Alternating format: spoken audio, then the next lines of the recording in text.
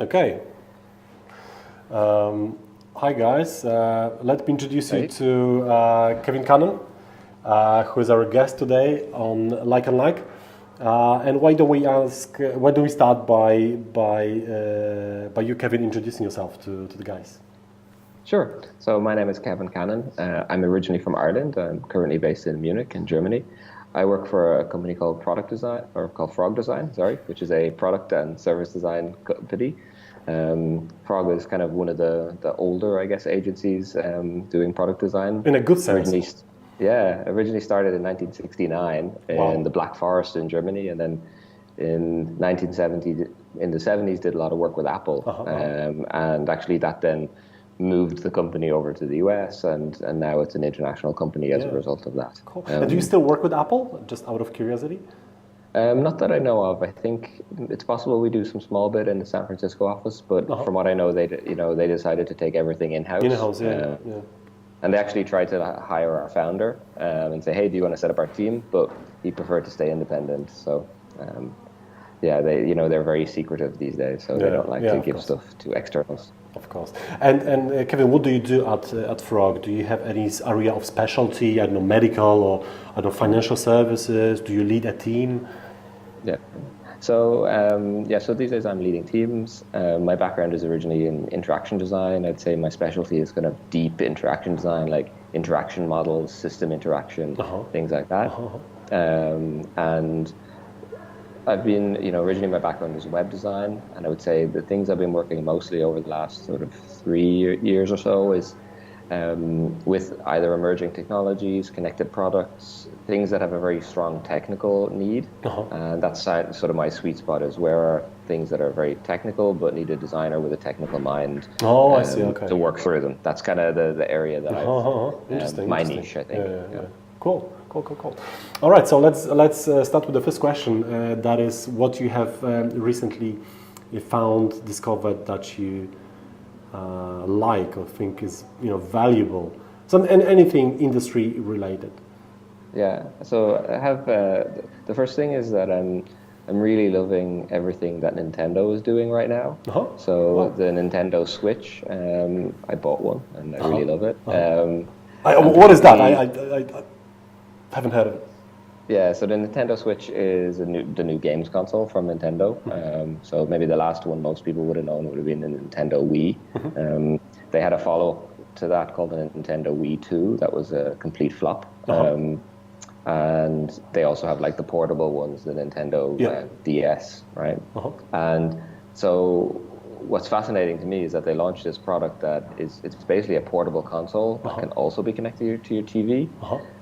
But it breaks all conventional wisdom, because everything would have said, why try to compete with what a phone or a tablet can do? By having something that's connected to your TV, you can have more power, everything. So what they've released essentially is sort of a tablet with games controllers that has multiple modes. And it's totally not intuitive. It's absolutely mad that they launched this, but it's great. Wow. Okay. There was a contradiction in your introduction of Switch, right? Like, so how come it's unintuitive yet it's successful? Yeah, I mean, it's unintuitive from a business point of view, I think. That's kind of what I mean. Like, there's probably no other company than Nintendo that would actually launch such a product because it's just like the risk was so high.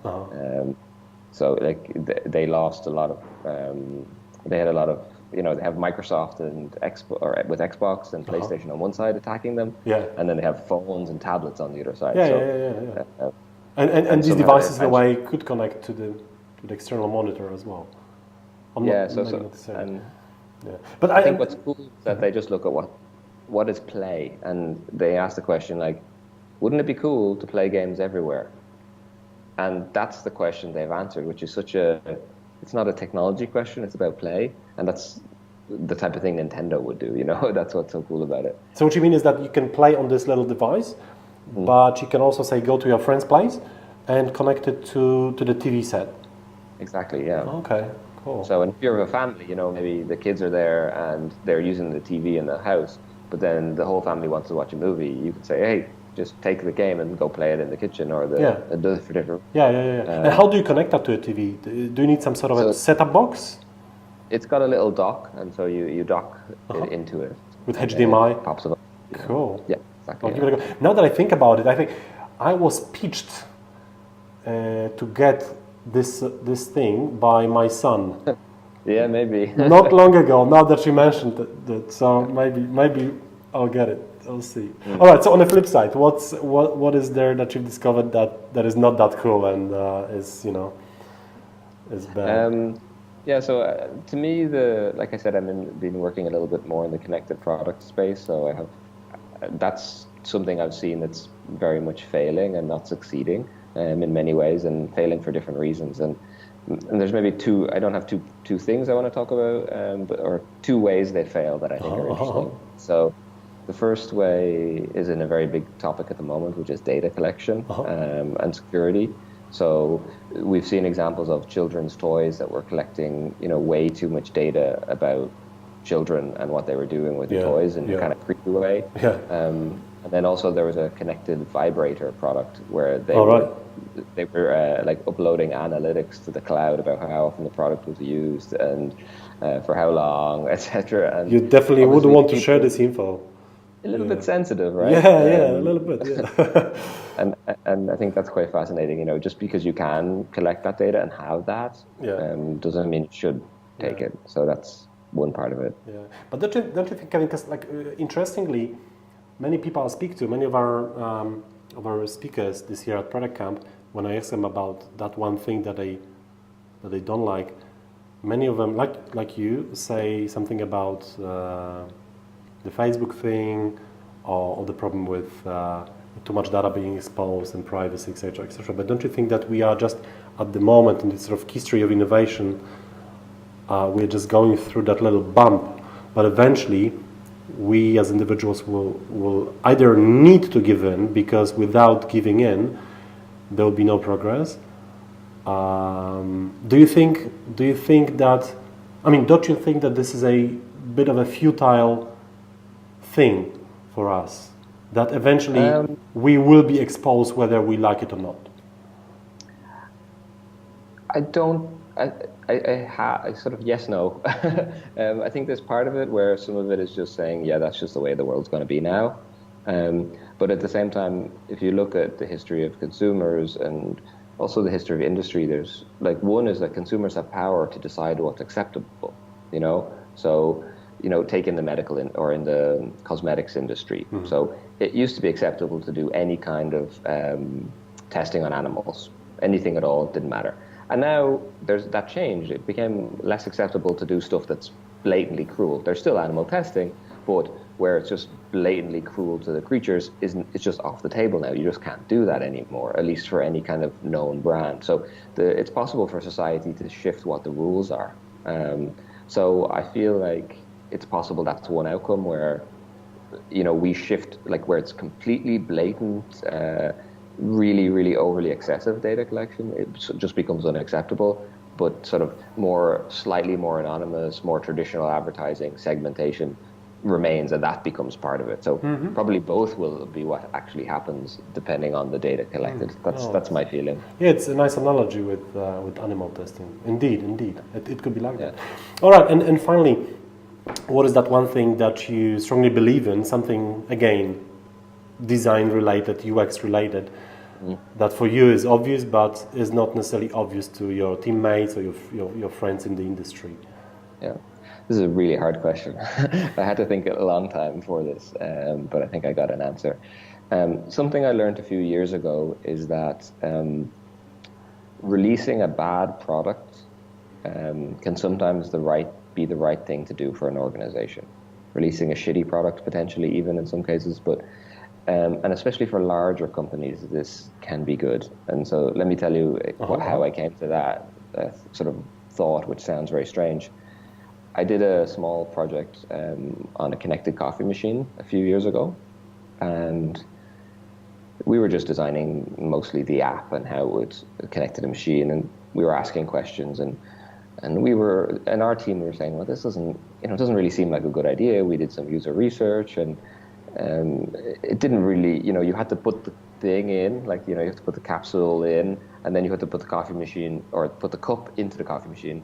And then you could set a timer on your phone. So if you wanted a coffee in the morning, you'd have to do all this preparation in advance to get it. And so it didn't really make much sense. There was a few little bits and pieces it could maybe do that were maybe interesting. And so we were like, I'm not sure you guys should release this product. That was one of the things we were thinking. And when we talked to a client, they were like, yeah, no, it's okay. You know, we're not going to launch like hundreds of thousands of these. We're just going to do a small limited run. We get some marketing buzz out of it. And what I realized is that they weren't expecting the product to be a success from a business point of view. They thought maybe they get some marketing benefit, but the real benefit was from an organizational skill set.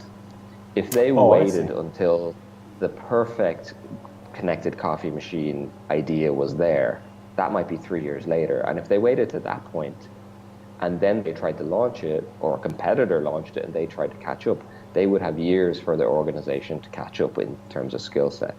So in order for them to launch a basic connected coffee machine, they needed to figure out, well, how do we connect the coffee machine to your phone? And how do we find partners that we can work with? And how do we sell this? The entire organization or departments would have to be created and to learn and to change to do that product. So, you know, maybe the first one isn't the right one and isn't good, but that will help them do other things in the future. And that's something I think most designers don't understand, is that we're not normally at that level in an organization where we're thinking about that strategically. About that. But when we see products out in the market, we could go, oh, that's so terrible. Who designed this shit? Those people who did it.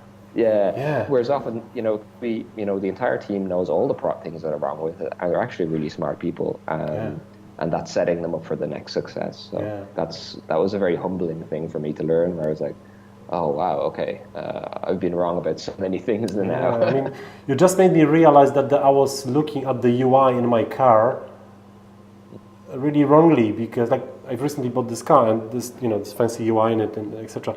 And I'm thinking, like, how come this, that's Volkswagen, how come these guys, like, a global company, these guys have manufactured something like that? I mean, it's so bad. But obviously it's a different sort of conversation, because you have different suppliers and different, like, very complex food chain of suppliers of different sort of components, which is another story. But it could be that as well, that before you get something really sleek and perfectly designed, you have to learn first. But then the downside is that customers, maybe uninformed customers like myself, strangely, may look at you unfavorably. So that's a cost. I mean, you build up knowledge inside the organization, but eventually you lose on your market image. So that's the risk, and I try not to use examples from huge companies, but sometimes it's interesting. So if you compare Google and Facebook, if you compare Google and Apple, right? So Google have a long history of putting out really crappy products and then killing them after a year. Gmail is classic. It launched in beta. Google Maps launched in beta. I have a Google Home, and to be honest, it's pretty bad. It doesn't. A lot of stuff just doesn't work with it. It's quite shocking.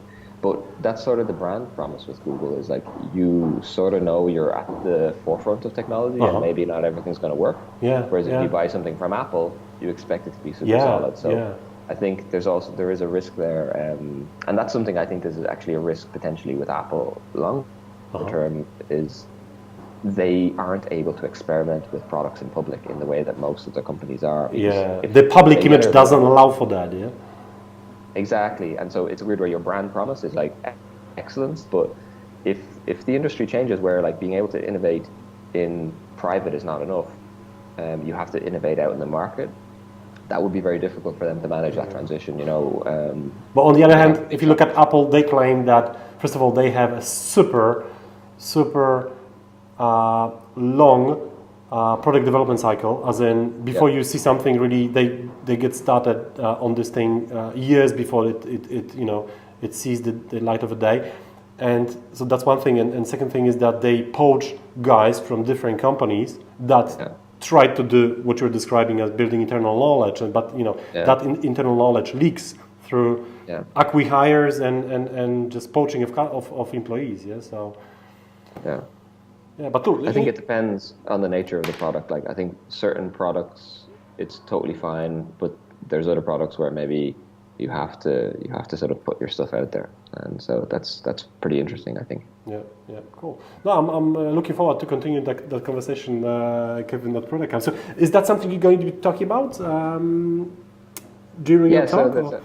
That's kind of, I think, the larger topic I'm touching on is like what are these sort of invisible trends behind design. I'm going to be looking a little bit more at a slant of economics and how economic factors change.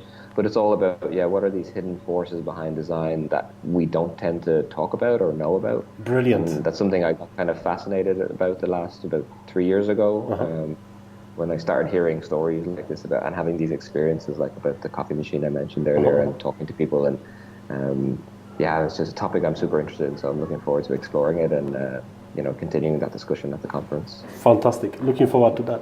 All right, Kevin, thank you very much for taking part in this. And take care and see you in Poland in June, yeah?